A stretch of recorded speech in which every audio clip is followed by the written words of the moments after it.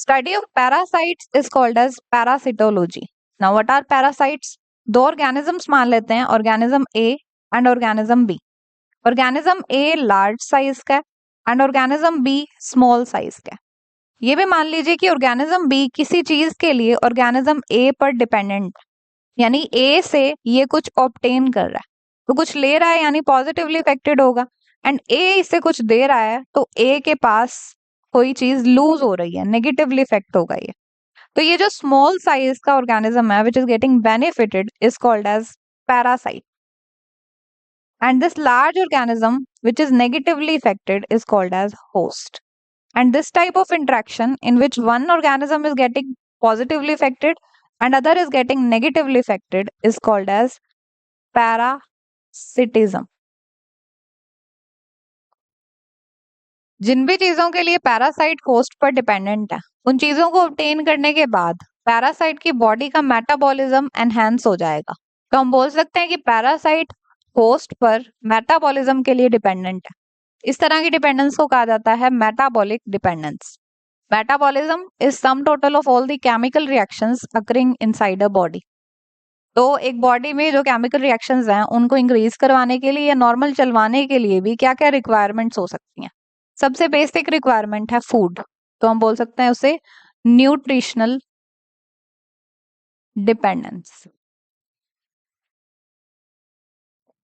प्लैटीहेल्मिन्स की 3 क्लासेस होती हैं, टर्बिलेरिया, ट्रामाटोडा और सेस्टोडा. इसमें से भी जो ट्रामाटोडा क्लास है इसके कुछ मेंबर्स फिश के ब्लड पर फीड करते हैं. तो ट्रामाटोडा ये तो हो गए parasite and fish is host. Food क्या है? फिश का ब्लड. तो ये न्यूट्रिशन के लिए डिपेंडेंट है. अब ये जो ब्लड है ये स्पेशली गिल्स की ब्लड वेसल से ही सक करते होते हैं. देन कुछ ऐसे भी ऑर्गेनिज्म हैं जो खाना तो खुद से ऑब्टेन कर लेते हैं बट उस खाने को डाइजेस्ट नहीं कर पाते क्योंकि उनके पास डाइजेस्टिव एंजाइम नहीं होते. तो इन डाइजेस्टिव एंजाइम्स के लिए ये होस्ट पर डिपेंडेंट होते हैं. या तो होस्ट से डाइजेस्टिव एंजाइम लेते हैं या फिर डाइजेस्टेड फूड होस्ट से ले लेते हैं. जैसे कि जो थर्ड क्लास है प्लेटीहेल्मिन्स की, दैट सेस्टोडा. सेस्टोडा के जो मेंबर्स हैं लाइक टेपवर्म, टीनिया, इनके पास डाइजेस्टिव एंजाइम्स नहीं होते. तो या तो ये डाइजेस्टेड फूड ऑब्टेन करते हैं या फिर होस्ट से उनकी डाइजेस्टिव ट्रैक्ट की सेक्रीशंस को लेते हैं जिसमें डाइजेस्टिव एंजाइम्स होते हैं. तो अगेन ये पैरासाइट है. नेक्स्ट, कुछ ऑर्गेनिज्म डेवलपमेंट के लिए होस्ट पर डिपेंडेंट होते हैं. डेवलपमेंट के लिए उन्हें एक सिग्नल चाहिए होता है, वो सिग्नल होस्ट से लेते हैं. तो हम बोल सकते हैं डेवलपमेंटल स्टिमुलस के लिए होस्ट पर डिपेंडेंट है. जैसे कि जो भी पैरासाइट्स एनसिस्टमेंट करते हैं, मतलब अनफेवरेबल कंडीशन में अपने अराउंड सिस्ट बना लेते हैं, तो जब फेवरेबल कंडीशन आती है उन्हें एक्सिस्टमेंट भी करनी होती है, सिस्ट को रिमूव भी करना होता है. एक्सिस्टमेंट करवाने के लिए इन्हें partial pressure of carbon dioxide ज्यादा चाहिए होता है. ज्यादा कार्बन डाइऑक्साइड चाहिए होती है तभी इनकी सिस्ट रिमूव हो पाती है. जैसे सिस्ट रिमूव होएगी ये एक्टिव हो जाएंगे, नेक्स्ट फेज ऑफ डेवलपमेंट में एंटर करेंगे, मतलब मैच्योर हो जाएंगे फिर लेटर ऑन. तो ये एक्सिस्टमेंट करवाने के लिए इन्हें हाई PCO2 चाहिए. इस हाई PCO2 को ऑब्टेन करने के लिए ये किसी होस्ट पर डिपेंडेंट होंगे. उस होस्ट के एंडोक्राइन सिस्टम से या फिर होस्ट के बाइल से कार्बन डाइऑक्साइड ऑब्टेन करेंगे. नेक्स्ट, कुछ ऑर्गेनिज्म मैच्योरेशन के लिए होस्ट पर डिपेंडेंट होते हैं. जैसे कि ल्यूकोसाइटोजोन. मैच्योरेशन से हम सेक्सुअल मैच्योरेशन को समझेंगे. सेक्सुअल मैच्योरेशन की बात हो रही है, मतलब ये मल्टीप्लाई तभी कर पाएंगे जब इनका होस्ट मल्टीप्लाई करेगा. तो इनका होस्ट है डक. जब भी डक का ब्रीडिंग सीजन आता है मतलब ये रिप्रोड्यूस करती है, तो इसके हॉर्मोन्स रिलीज होते हैं. उन्हीं सेक्रीशंस की वजह से ल्यूकोसाइटोजोन में भी मैच्योरेशन का सिग्नल जाता है. तो ये भी एक्टिवेट हो जाता है, सेक्सुअली मैच्योर हो जाता है और गेमेटोसाइट प्रोड्यूस कर देता है. तो leucocytozoon is a parasite and duck के हॉर्मोन्स पर ये डिपेंडेंट है। ये हो गया होस्ट। तो ये दोनों क्लोज विसिनिटी में रहते हैं। Next is types of parasites. कुछ ऐसे ऑर्गेनिजम्स होते हैं जो most of the time free living है, यानी इंडिपेंडेंटली सर्वाइव करते हैं, बट जब इन्हें कोई ऐसा ऑर्गेनिज्म मिल जाता है जिन पर ये डिपेंडेंट हो पाए, तो ये डिपेंडेंट हो जाते हैं, यानी पैरासाइट बन जाते हैं। तो इनके पास फैसिलिटी है इंडिपेंडेंट रहने की या फिर पैरासाइट बनने की।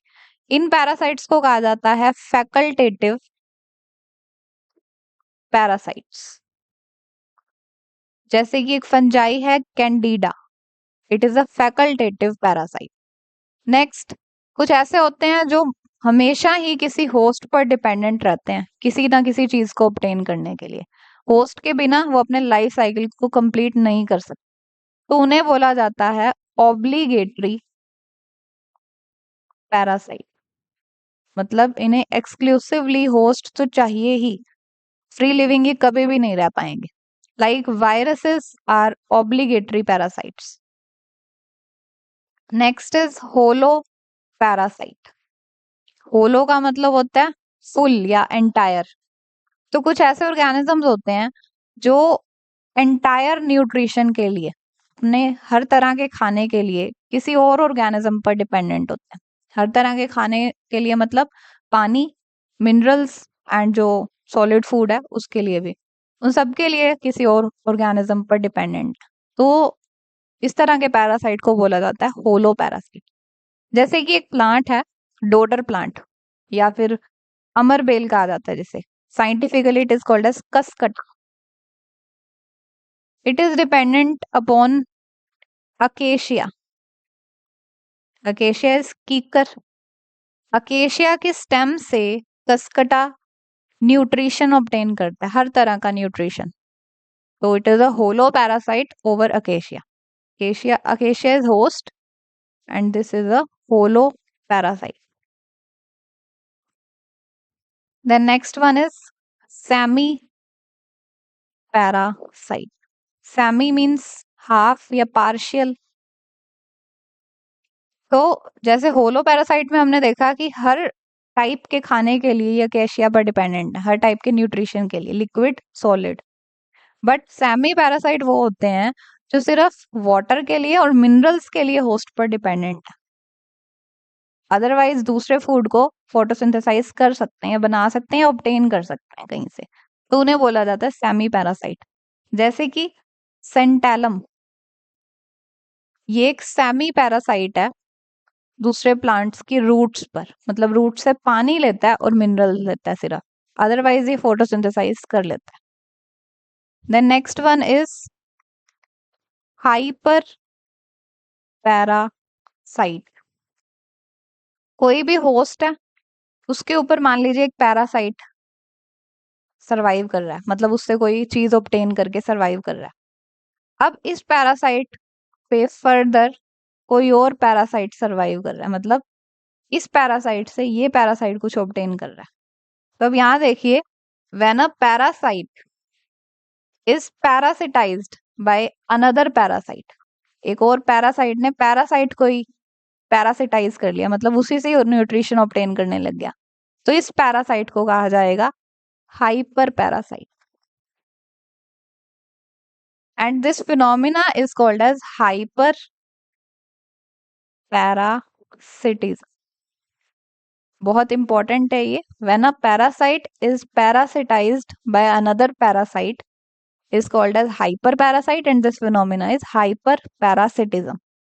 जैसे कि एग्जांपल देख लीजिए, एक स्पोरोजोन है नोसीमा नोटाबिलिस, ये पैरासाइट है प्रोटोजोन स्फीरोस्पोरा पोलीमोर्फा का, एंड ये प्रोटोजोन टोड फिश पर पैरासाइट है, मतलब फिश होस्ट है टोड फिश, इसका पहला पैरासाइट ये है और इस पैरासाइट का भी पैरासाइट ये है।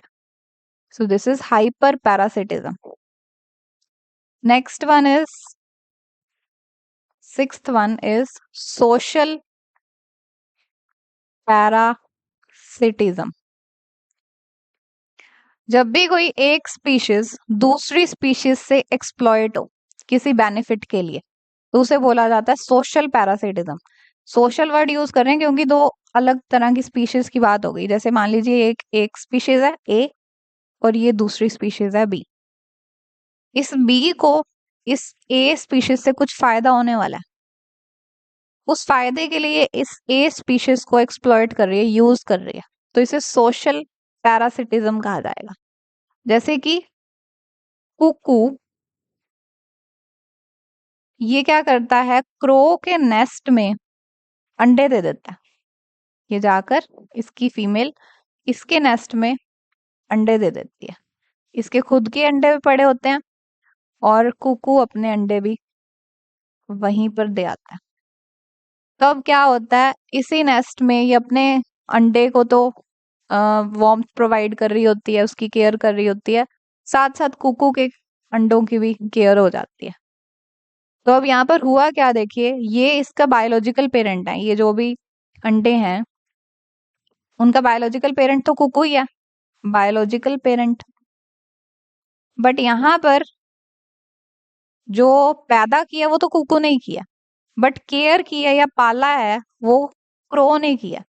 तो जो भी ऐसा ऑर्गेनिज्म है जो एक्चुअल में रिप्रोड्यूस करके उस ऑर्गेनिज्म को बर्थ नहीं देता बट उसकी केयर करता है, उसको पालता है, उस पेरेंट को कहा जाता है फोस्टर पेरेंट।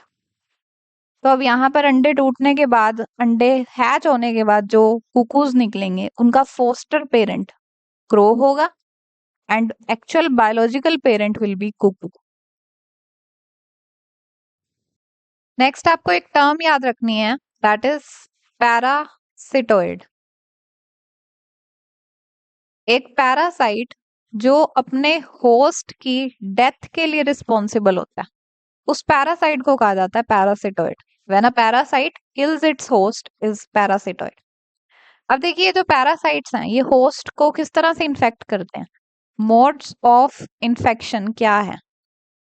तो स्वेलोइंग से हो सकता है फूड के थ्रू पैरासाइट को इंगल्फ कर लिया हो, या फिर डायरेक्ट कांटेक्ट में आए हो किसी वजह से तो पैरासाइट होस्ट के पास गया, या फिर स्किन में बोर करके, स्किन में होल करके वो एंटर हुआ होस्ट के अंदर। सेक्सुअल कांटेक्ट से हो सकता है, कोइटस से। देन इंसेक्ट बाइट से, बहुत कॉमन है, इंसेक्ट बाइट से हो सकता है। अब पैरासिटिज्म की सिग्निफिकेंस क्या है, इंपॉर्टेंस क्या है। पैरासिटिज्म की इंपॉर्टेंस पैरासाइट के लिए ही है, पैरासाइट को शेल्टर मिल जाता है, इसके अलावा फूड मिल जाता है, डेवलपमेंट कंप्लीट हो जाती है पैरासाइट की, कंप्लीशन ऑफ डेवलपमेंट अकर्स, और पैरासाइट को प्रोटेक्शन भी मिलती है।